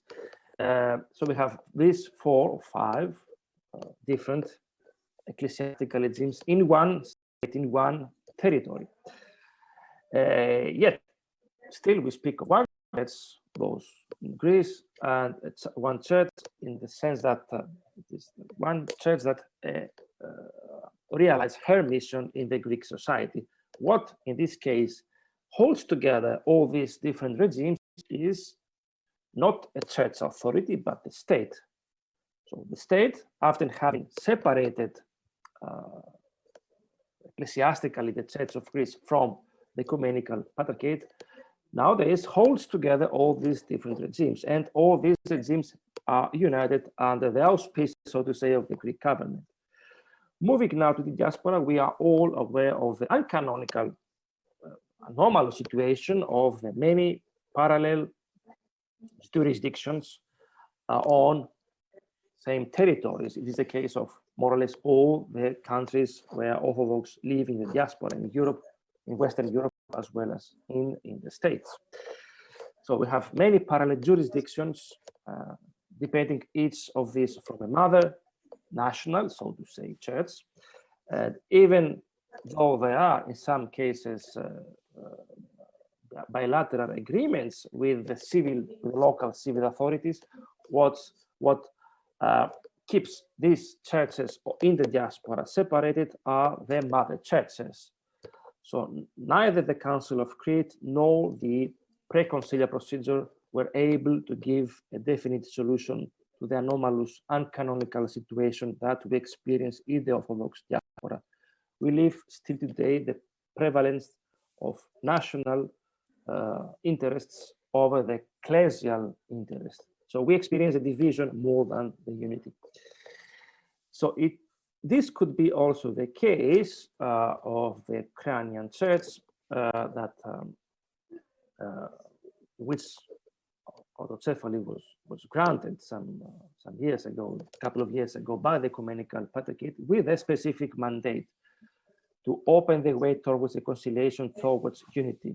So the Ukrainian autocephaly was not the confirmation of a separation, of illegal separation, illegitimate separation, but it was a way to sustain, to encourage, to favor a process of reconciliation and unity. Yet even we have different ecclesial realities, the autocephalous Church of Ukraine and the Ukrainian church under the auspices of the Patriarchate of Moscow. Even in this case, the role of the state was at the same time a dividing and unifying one. The state supported the process of autocephaly, and by this a process of reconciliation and unity, yet it is a factor also of division, even though in the Ukrainian case we have different interpretations of what are the jurisdictions of the Ecumenical Patriarchate and of the Moscow Patriarchate. So in all these 3 cases, we live the presence of parallel jurisdictions. In some of these, Ukraine and Greece, it was not an ecclesial authority, but the state that holds together the different regimes. In other cases, the diaspora, we have not a civil authority, but the mother churches that continue their work to separate, to keep these churches separated. So we must admit, if we want to be sincere with ourselves and with others, especially with other confessions, other churches, that the role of the autocephalous church, even today, is a role that divides and not unites. So these are the limits, the empirically attested limits of autocephaly. Professor Vassiliadis expressed that clearly in his presentation. So what would be the solution? Given that even at the highest level, at the level of a pan-Orthodox council, which should be seen not only as a council of Crete, but as a pre-conciliar process lasted different decades, the Orthodox are aware to give an answer, or they condemn philitism or ethnophilitism. At the same time, they keep acting in an ethnophilitistic or philitistic manner. So what would be a solution for the future, for the present as well as for the future? So keeping in mind that each church has its own mission. The mission of the Orthodox in the diaspora is different and should be different than the mission of the churches in a so-called Orthodox countries. Those in diaspora have a direct encounter with non-Orthodox, with Christians of other confessions, and also with the secularized world. Whereas the mission of the churches of the Orthodox countries or countries of Orthodox tradition is to re-evangelize their population, their folk. So what would be the solution in this problem? So there are many possibilities. Or to confirm this regime, something that the Council of Crete did for the diaspora, we have the episcopal assemblies, which work nominally but not unable to give a common testimony. They force the particular role of the Ecumenical Patriarchate of Constantinople, its primary role both within and beyond the Orthodox world, both within the Orthodox Church, but even in the encounter with the other non-Orthodox churches, or we reinforce the local autocephalys with the risk, in this case, to legitimate an autocephalism rather than an autocephalus, which puts herself into communion with other churches.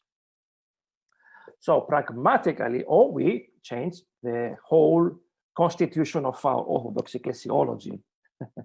But that would need a work that would last for many decades, many years. So this is a changing landscape that leads the Orthodox of today, especially those of the diaspora, as well as those of the Orthodox countries, into rediscover their vocation, their non-national vocation. That is, in the territories, in the landscapes of the diaspora, both in Western Europe, in other continents, we found ourselves to encounter the others, not as citizens of a given Orthodox country, but as Orthodox. So in this case, our Christian or ecclesial identity comes first and then follows the national one. I think it is the case of the Russian diaspora of Western Europe and of the States, and which has inculturated herself and our Orthodox patrimony in new landscapes, in new territories, in a dynamic, synthetic, and original way. So that would be a roadmap for the present and future. So on the one hand, the primary, let's say, prerogatives of a church, mainly the Ecumenical Patriarchate, should be indicated. Otherwise, we have the autocephalism instead of autocephalies, which put themselves into a mentality of communion with the others. And on the other hand, both within, but especially beyond the jurisdictional territories of the autocephalous church, we have this transformation, transfiguration of our mission and identity in ecclesial terms, the body of Christ, more than in national terms, being citizens of Greece, of Russia, of Romania, of Serbia, or whatever. So for the present and for the future, I humbly believe that on the one hand, we have to encourage the role of the ecumenical patriarchate within the Orthodox world, but also beyond it. And on the other hand, the non-national, ecclesial, and to some extent eschatological, even though politically experienced identity of the Orthodox, which would lead also the Orthodox country to rediscover their ecclesial, eschatological identity beyond the national or ethnical one. So why it is important, one could say, the support of the role of the prime marshal, role of the ecumenical patriarchate. An easy answer would be to reiterate the canonical privileges and prerogatives that the ecumenical patriarchate already enjoys. So, and the other answer, second answer, could see the ecumenical patriarchate as the church that has a particular mission to transform the plural way of being of Orthodoxy, the many churches, the many autocephalies, the many regimes, into one church. And what was the main task, at least in my opinion, of the Council of Crete? The main task of the Council of Crete was, and this is also valid for the process of the reception of Crete, transform our way of being and our way of behaving, acting, and thinking as Orthodox from the plural to the singular as one church. I feel often uncomfortable when I see my non-Orthodox colleagues and friends call or speak of Orthodox churches. So we are an Orthodox church as we speak of the Anglican or the Catholic or even the Lutheran church. So it is an indication of division that our non-Orthodox partners use a plural instead of singular to indicate the Orthodox church. And I think that we should react to this indirect indication of our divisions. So the ecumenical patriarchate should be the church, and this is crucial, that would transform the many into the one without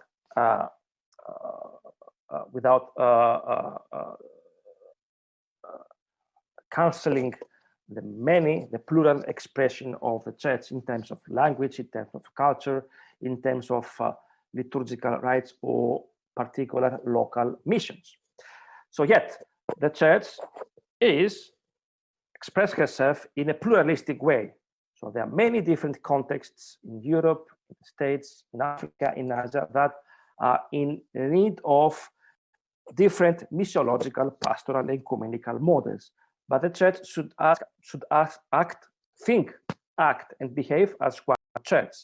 And this, both for canonical, historical reasons, can be expressed through the ecumenical patriarchate, as already has been done the last 100 years, when the ecumenical patriarchate has elaborated its identity from imperial, as it was, church, into a church that leads all the ecumenical, inter-Orthodox, inter-religious, and recently also ecological initiatives. So it is a special role that the ecumenical patriarchate should undertake. So what is the problem? Allow me this parenthesis. What is the problem in the case of the Catholic Church? It is the challenge for the Catholic Church. It's to rediscover her plural expression, not at the universal level, but at the regional level. So which is already experienced in the Orthodox, but yet the regional plurality is unable to express universal unity. So we need to move from the local church that is well explained theologically and liturgically in our recent tradition, and the regional orthodoxies, to the universal orthodoxy, to the one church that expresses herself at the worldwide level. And the Catholic Church, on their part, should rediscover the regional expression of the universal church. I'm aware that there have been long discussions and debates on both within the Orthodox and the Catholics on the precedence of the local church over the universal one, or the contrary, perhaps simultaneously, so to say, of the church being at the same time universal, Catholic, and local is the answer. But what is important for me is that we need to make this transition from the local and the regional to the universal, not to embrace a universal ecclesiology, but understand that the ecclesiology that stops at the local or regional level is an uncompleted ecclesiology. It's ecclesiology that legitimates divisions, which in their part legitimate also all these different parallel jurisdictions of national origin that I have indicated in at the beginning of my presentation. I would like to thank you for the attention. I promise to be short. I think I remain faithful to my promise. And thank you once again for this opportunity. Благодарю вас, Dimitrios. Thank you, Dimitrios. I think it worked very well. We're still a little bit short of time, and I have so many hands, people to ask, and it seems like at the end, we're like starting a new conference. It's as if we were starting a new conference, because the sort of issues that have been raised really demand a serious and manifold discussion. So this is a perhaps for the future, really, why not? And indeed, there are a lot of issues here. And I'll try, if our participants would agree to stay for an extra 5-10 minutes, I'm happy to give all those who want to do this. And I want to ask a question, and I'll probably ask it first.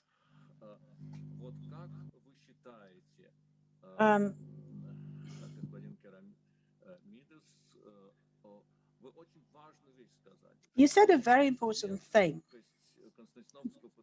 that the ecumenical patriarchate should stop being, that ecumenicity should stop being imperial, because its universal powers are often interpreted in that way. And it needs to become truly universal, truly ecumenical. But practically, this is very hard to imagine how this, because that universality, that ecumenism in that sense, can be interpreted in different ways, starting from the lowest level, very specific level, as to who is it who that belongs to that universe. Is it a circle of friends? Is it a civilization? Is it a country, a state, a national structure, and so on and so forth? Now, what do you think? How do you do this? Because there's a danger of going back to the medieval interpretation of that universalism, be that in the Catholic terms or in the Orthodox terms originally, when the pentarchy was first developed. It never was really realized in history, nor is it realized now, because time has changed and there's no way we can go back to the old times of the ecumenical councils. But do you think that we need that ecumenical primacy at the firm foundation of synodality, Catholicity, and maybe that ecumenical patriarch, the first among equals, perhaps he could be elected by all the Orthodox churches, by all the Orthodox. So it's not just by belonging to a particular chair or a particular church, but maybe that approach has been outdated, maybe not.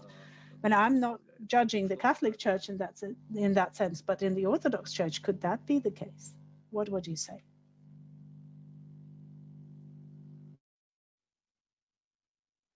Switch on your mic. Yeah. Thank you, Father George. You raised many questions too. So, what I understand as a ecumenical role of the Patriarchate of Constantinople is not in terms of hypothetical universal jurisdiction. That would not be the case, would not bring any solution to our internal, so to say, divisions or separations. What I have in mind is this reinterpretation, rediscovery of the role of the Ecumenical Patriarchate, not anymore as an imperial church as it was during the many centuries of the Roman Empire, Byzantine Empire, as well as during the Ottoman Empire, but as a church that understands ecumenicity in non-jurisdictional terms and express that in ecumenical dialogues, interreligious initiatives, and encounters ecological issues, as well as leading the Orthodox to counter each other, to meet each other, to come closer to each other on the basis of the conciliar system. This is the ecumenicity that I mostly have in mind. This is not to create a new ecclesiology of the Ecumenical Patriarchate overlapping local jurisdictions, but of transforming all local jurisdictions into expressions of the Catholicity of the Church. So it is a very special role. It's a very high, noble responsibility of the ecumenical, of all churches, and in my view, of the Ecumenical Patriarchate in particular. In particular, so yeah, even the idea of Catholicity of the Sorbonne that is proper to the Russian thought has been, at least in my view, has been elaborated through the works of important Orthodox theologians and has arrived to us through the works of Metropolitan Jesulas. So I think it is through the work of Jesulas that we have a good reception of the Sorbonne identity of the Church, both in terms of conciliarity, synodality, Catholicity, and charismatic unity. In Church, we do not have disorder. When we participate in the Eucharist, we participate in through an order. We have an order in the Eucharist at the local level. So this order characterizes, inspires all levels of the Church, from the parish level, the local church, regional churches, and at the universal level, not the universal church, but at the universal level. I repeat, in my humble view, if we do not develop our ecclesiology from the local and the regional to the universal, we remain a church that is unable to fulfill her mission to express her unity, both within herself and towards the others, and with the others to some degree. That was an attempt to answer to the very important question you raised. That is, perhaps there will be more reflection in the future on that. My point is, I start from experience of division, which I experience in the context I live. So thank you. Спасибо.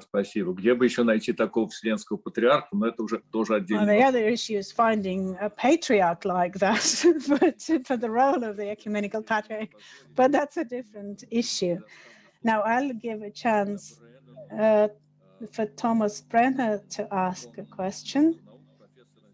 He's a professor of the Institute of Ecumenical Studies and Global Processes in Münster in Germany. Please, Thomas. Okay. Thank you. So you can understand me. Thank you for your substantial presentation. I liked it very much, and I liked the new approach, so to say, to these difficult questions.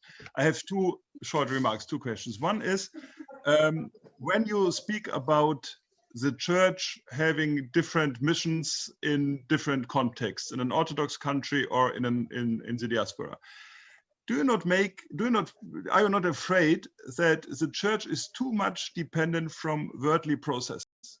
Because like a diaspora situation can change. Take, for example, Estonia, where it was a Protestant country, but now most of the faithful are Orthodox, because so it's not anymore in the strong sense a diaspora. In Ukraine, you have one region, Western Ukraine, where Orthodoxy is a small minority, and in the rest of the country, it's a majority. As you know, borders can change. In the last years, many borders changed. So when you say the church has different roles in different contexts, you make the roles of the church depending from non-ecclesial development. And my second question is, I liked very much when you said the Orthodox Church has to develop an universal approach. You have the local and the universal, but does that not mean in the very end that we do not need the regional anymore? And does it not mean the end of autocephaly, so to say? If you say, I agree, it's a local, we all agree, a local church with the bishop, and we have the universal, the one church, it's one church. But why is then a regional level? Thank you, Professor Bremer, both for your questions. Спасибо, спасибо, профессор. Димитриос, скажите слово свое, пожалуйста. Thank you. Thank you for Professor Bremer for both of your questions. When I spoke of different missions, I had in mind different continents, different cultural contexts, not different national boundaries. I can give some examples that the mission of the Orthodox in Africa is different than the mission that we have as Christians and Orthodox in Europe, or the mission that the Orthodox in the States have, or in Asia. So they have different issues that are being faced in different ways, in different continents, in different cultural contexts. So they have different challenges in different cultural contexts, faced in different manners. So this variety offers some richness to the church. So perhaps in Europe we have to face the urgent problem of secularization, which is not the case perhaps in Africa or in Asia or in other contexts. Or the Orthodox in the States face a pluralistic society in a positive and non-negative sense, which is not the case of the Orthodox countries, which fear pluralism as something that threatens their identity, their mission. So perhaps from Asia, we can have different examples of mission, of pastoral activity, of different encounters that could enrich also the old national Orthodox missions. So as to your second question, my idea is that we have to proceed, not to cancel, but to proceed from the regional to the universal, and vice versa. The Catholic Church should proceed from universal to the regional. This is also the main question of the Orthodox Catholic dialogue, the famous canon, Apostolic Canon 34. Can we apply it at the universal level or not? In my view, the spirit can be applied at all levels, starting from the local, moving to the regional and universal, the spirit of the canon. Perhaps not the canon itself, but the spirit of the canon.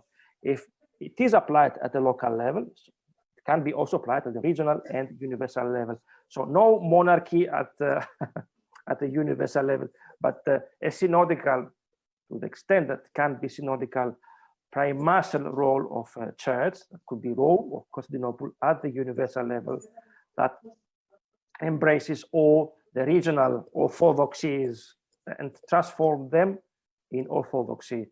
So that was a very short attempt to answer to both of your questions. Perhaps in the future we have. Okay, thank you. Thank you.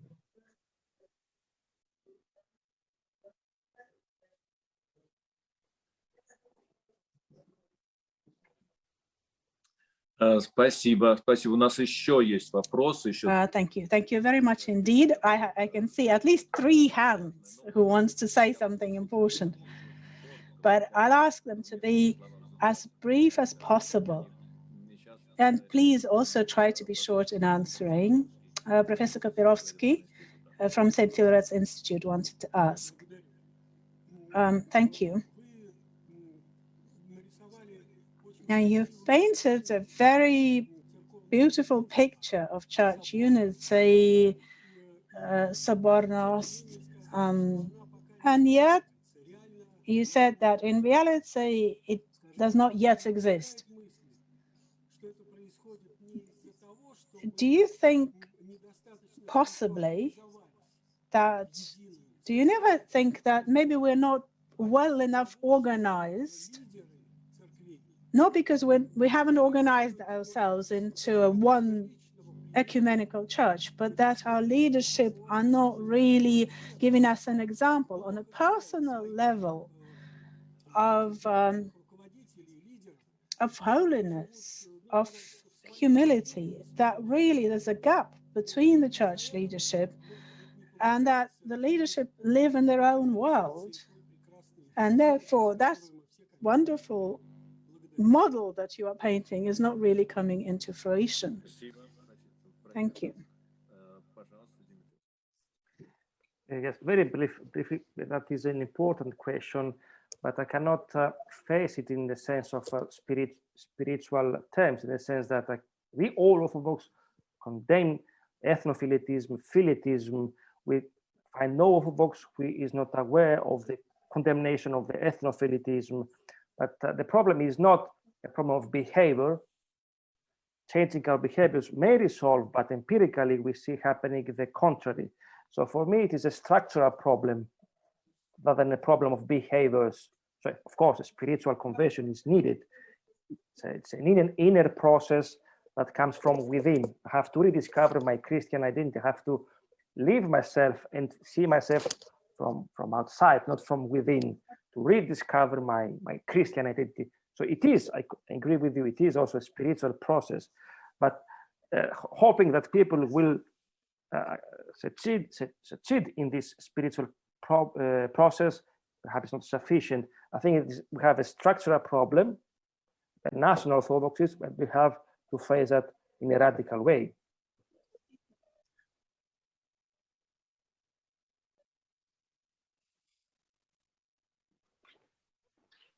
Благодарю и профессор Vassiliadis.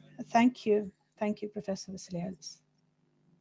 It is just a final remark, encouraged by all three presentations by Dimitrios, Sergey, and Aristides.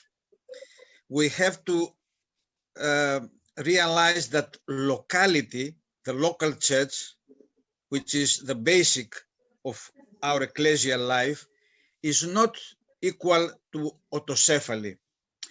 Autocephalism, in fact, was imposed, especially in the last 2 centuries, because of the ideals of the French Revolution, which wanted one nation, one language, one independent church. This has destroyed the unity of the church. And it is very interesting that the so-called secular influence back in the 19th century is now in Europe, has changed, and all the European nations want to become one, a single one, come back to a sort of unity.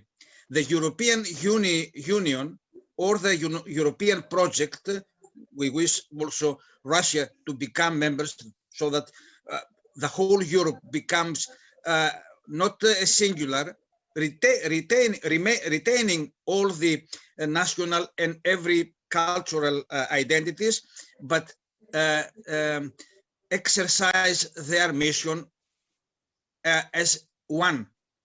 Now, if the secular European project is moving back from the individual nation states to a united Europe, the European Union is just one project.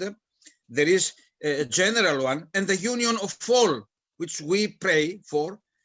This should guide also our, as Dimitrios said, our structural understanding of our Orthodox Church, and not only our Orthodox Church, of our Church in Christ, especially in regard to the relations and solving the scandal of division with the Catholic Church and the Protestant also. Thank you.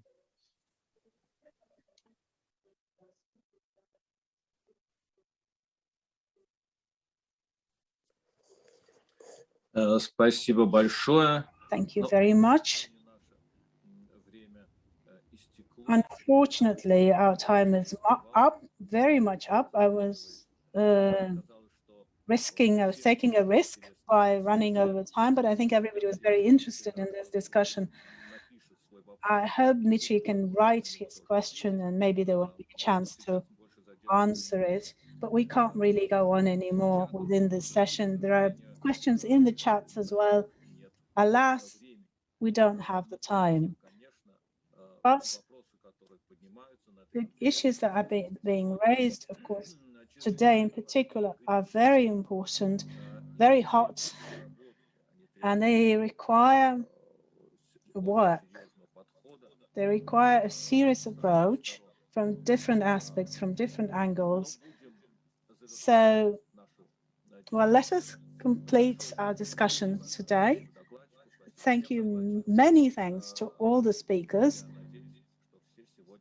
And I hope everybody was pleased with this discussion today. Our next meeting is not at 2 p.m., at 3 p.m. European time. That would be, make sure you get it right.